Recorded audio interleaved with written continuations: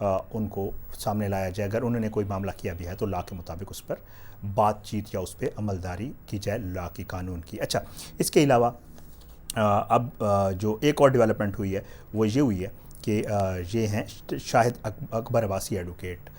انہوں نے اسلام آباد ہائی کورٹ میں ایک پٹیشن دائر کی ہے, ایک درخواست دائر کی ہے جس میں انہوں نے آئین کے آرٹیکل 199 کے تحت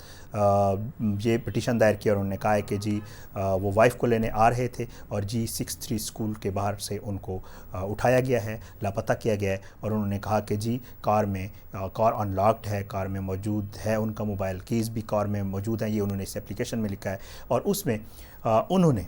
فریق بنایا ہے, انہوں نے جو پٹیشن دائر کی اس میں فریق بنایا ہے وزارت داخلہ, وزارت دفاع اور پولیس کو. یہ اسلام آباد ہائی کورٹ میں انہوں نے پٹیشن اب تک کی جو صورتحال ڈال دی. اس کے علاوہ میں ذکر کروں گا کہ جناب مصطفیٰ نواز کھوکھر صاحب ہیومن رائٹس کمیٹی جو ہیں پارلیمنٹ کی, اس میں جو ہے انہوں نے باقاعدہ طور پہ مصطفیٰ نواز کھوکھر نے ایک ٹویٹ کیا ہے, اور اس ٹویٹ میں انہوں نے بتایا ہے کہ جی ہم نے کل IG اسلام آباد سے جو ہے مصطفیٰ نواز کھوکھر نے ٹویٹ کیا, اور انہوں نے کہا کہ جی IG اسلام آباد سے کل جو IG اسلام آباد ہیں ہم انہیں کہتے ہیں کہ جی, انہوں نے نیچے ایک لیٹر بھی لگایا IG اسلام آباد کو جو انہوں نے لکھا ہے نوٹس, اور انہوں نے کہا ہے کہ جی ہم IG اسلام آباد سے کہتے ہیں کہ وہ کل آ کے ہیومن رائٹس کمیٹی جو ہے, انسانی حقوق کی کمیٹی جو ہے, اس کو آ کے اس معاملے کے اوپر بریف کریں. یہ تو ہے اب تک کی صورتحال, جو اب تک کی موجودہ صورتحال ہے جو مطیع اللہ جان کے حوالے سے. اچھا, یہ واقعہ ہوا ہے, ظاہر ہے اگر کوئی قانونی معاملہ تھا تو اس کے اوپر باقاعدہ طور پہ قانونی طریقے سے عمل درآمد کیا جائے تو وہ زیادہ بہتر ہوگا. ظاہر ہے ابھی تک اس کے حوالے سے میں یہ بھی کہوں گا کہ مختلف ہمارے ملک میں ایک ٹرینڈ ہے, اس کا ٹرینڈ یہ ہے کہ کوئی بھی واقعہ ہوتا ہے تو فوری طور پہ جو ہے اس الزام تراشی شروع ہو جاتی ہے. سوشل میڈیا کے اوپر بھی باقاعدہ طور پہ الزام تراشی کی جا رہی ہے, اور کہا جا رہا ہے کہ جی ایجنسیز کے حوالے سے اور دوسرے حوالے سے بات, جیسے آپ کو یاد ہوگا حامد میر صاحب کا بھی جب واقعہ ہوا تھا تو بغیر کچھ سوچے سمجھے ایجنسیز کے اوپر الزامات اور اس طرح کی باتیں ہونا شروع ہو جاتی ہیں, جو کہ میرے خیال سے ایک مناسب فیشن نہیں ہے. واقعہ ہوا ہے, CCTV فوٹیج موجود ہے, پولیس CTD جس نے بھی کارروائی کی ہے ان کو بھی پتہ ہوگا. ابھی یہ معاملہ کچھ ہی دیر میں میرے خیال سے چند گھنٹے قبل پتہ چل جائے گا. کوئی وہ ہوگا اس طرح کی کوئی اگر کارروائی ہوگی تو وہ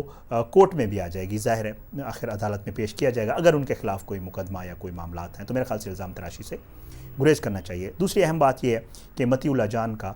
توہین عدالت کا ایک کیس بھی چل رہا ہے جس میں رواں ہفتے اس نے پیش ہونا تھا سپریم کورٹ آف پاکستان میں. انہوں نے ٹویٹ کیا تھا, یہ جو قاضی فائز عیسیٰ والا معاملہ ہوا تھا, جو فیصلہ آیا تھا اس کے خلاف, ججز کے خلاف انہوں نے کچھ الفاظ استعمال کیے تھے جس کے اوپر ججز نے, سپریم کورٹ نے جو ہے آج خود نوٹس لیا تھا. نوٹس لے کے انہوں نے توہین عدالت کے حوالے سے کیس سماعت کے لیے مقرر کیا, تو اس کی بھی آج اسی رواں ہفتے میں اس کی بھی پیشی تھی اور سماعت تھی. بہرحال یہ تو اب تک کی ہم تو رپورٹ کر سکتے ہیں, ظاہر ہے اس کے حوالے سے مزید بات نہیں کر سکتے کیونکہ ایک سینسٹیو معاملہ بھی ہے, نہیں ہونا چاہیے ایسے. صحافیوں کے حوالے سے جو ہمارا اسلام آباد میں ٹریک ریکارڈ ہے وہ کتنا اچھا نہیں ہے, بلکہ پورے پاکستان میں کوئی اچھا نہیں ہے. لیکن قانونی طریقے سے اگر کوئی ایشو ہے تو اس کو قانونی طریقے سے سارٹ آؤٹ کرنا چاہیے, ہونا چاہیے, اور دعا گو ہیں ٹھیک ہوں, خیریت سے واپس آئیں. ظاہر فیملی اور سب لوگ پریشان ہوتے ہیں, ہونا بھی چاہیے. تو اگر کوئی اس کے لیے غیر قانونی کوئی طریقہ اختیار کیا گیا تو میرے خیال سے, اور اگر یہ جو الزامات لگائے جا رہے ہیں میرے خیال سے یہ بھی مناسب نہیں ہے. اگر کوئی اتنا بیوقوف تو نہیں ہوتا, ہر کسی کو پتہ ہوتا ہے کہ اسکولز کے سامنے CCTV کیمرے لگے ہوئے ہیں, کچھ کرنا بھی ہوتا تو کہیں آس پاس بھی کیا جا سکتا تھا. بہرحال یہ ایک بڑا سینسٹیو معاملہ ہے, اس کے اوپر جتنی بات کرنا چاہیے تھی کر لی. بہرحال اچھی امید رکھتے ہیں کہ خیریت سے ہوں اور خیریت سے گھر ہیں, اور اگر کوئی قانونی معاملہ ہے تو وہ قانونی طریقے سے چلے. اگلے ایشوز کی طرف جاتے ہیں. دوسرا ایشو جو ہے وہ ہے, میں نے آپ کو بتایا تھا کہ نواز شریف اور مریم نواز نے باقاعدہ طور پہ شہباز شریف اور شاہد خاقان عباسی کے اوپر عدم اعتماد کا اظہار کیا. عدم اعتماد کا اظہار اس وقت ہوا جب یہ بلاول سے ملاقات اور APC کے حوالے سے بات چیت ہو رہی تھی. نواز شریف کی کال آئی اور اس میں انہوں نے باقاعدہ طور پہ کہا مریم اورنگزیب, ایاز صادق, خواجہ سعد رفیق, احسن اقبال لوگوں کو کہ آپ اس طرح کریں کہ آپ نے جا کے بلاول سے ملنا ہے, ملاقات کرنی ہے. شہباز شریف صاحب کو فی الحال ریسٹ کرنے دیں, ان کو نہیں لے جانا اور لے جانے کی ضرورت بھی نہیں ہے. آئندہ جو بھی بات چیت ہو وہ مجھ سے آپ نے کرنی ہے یا مریم سے کرنی ہے, اور آپ لوگوں نے وہاں جا کے بلاول سے ملاقات کرنی ہے. جو ایک اہم بات جو اس APC سے سامنے آئی ہے, جو باہر نکلی ہے, وہ یہ ہے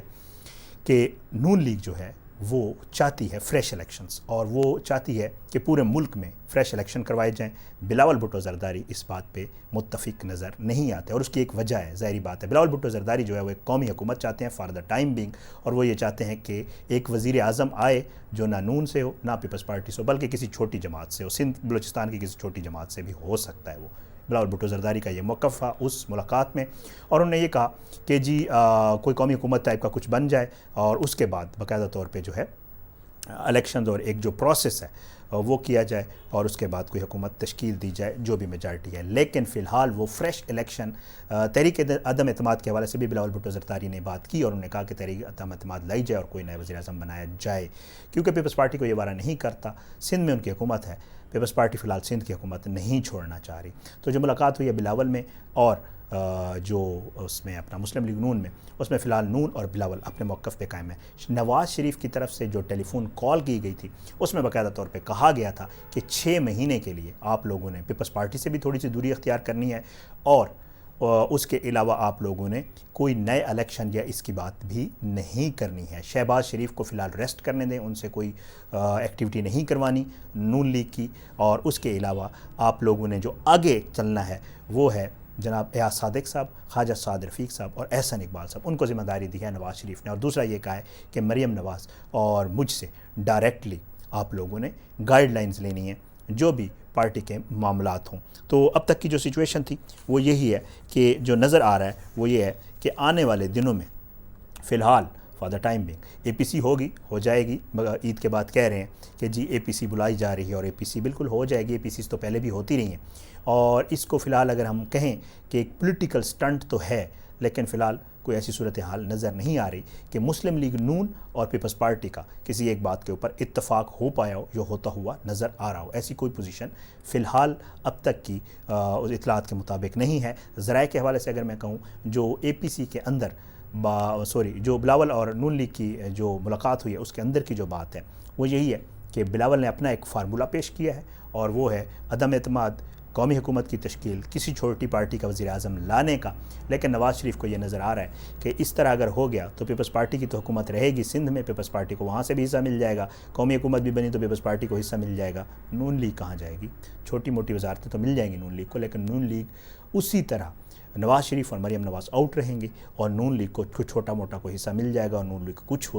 لوگوں کو ملے گا۔ تو نواز شریف اتنے بیوقوف نہیں ہیں، انہوں نے ظاہری بات ہے ان معاملات کو دیکھتے ہیں، تو انہوں نے فی الحال اپنی پارٹی کو کہا کہ 6 ماہ کے لیے آپ لوگوں نے پولیٹیکل سٹنٹس ضرور کرنے ہیں، جتنے معاملات چل رہے ہیں پیپلز پارٹی کے ساتھ ان کو دیکھتے رہیں، شہباز شریف کو آؤٹ رکھیں۔ شاہد خاقان عباسی صاحب کے حوالے سے تو زیادہ ہی انہوں نے کہہ دیا کہ ہو سکتا ہے وہ فلور کراسنگ کریں، اسٹیبلشمنٹ کے ساتھ رابطے میں، تو ان کو بھی تھوڑا سا آؤٹ رکھیں۔ آگے جو آنا ہے وہ احسن اقبال، ایاز صادق اور سعد رفیق نے آنا ہے۔ تو یہ سچویشن ہے نون لیگ کے اندرونی معاملات کے حوالے سے۔ یہ بات تھی، اس حوالے سے نون لیگ کے حوالے سے بھی بات کرنی تھی۔ آج کی اس ویڈیو سے اتنا ہی، اگلی کسی آنے والے ویڈیو تک کے لیے مجھے اجازت دیں، اپنا بہت خیال رکھیے گا، اللہ حافظ۔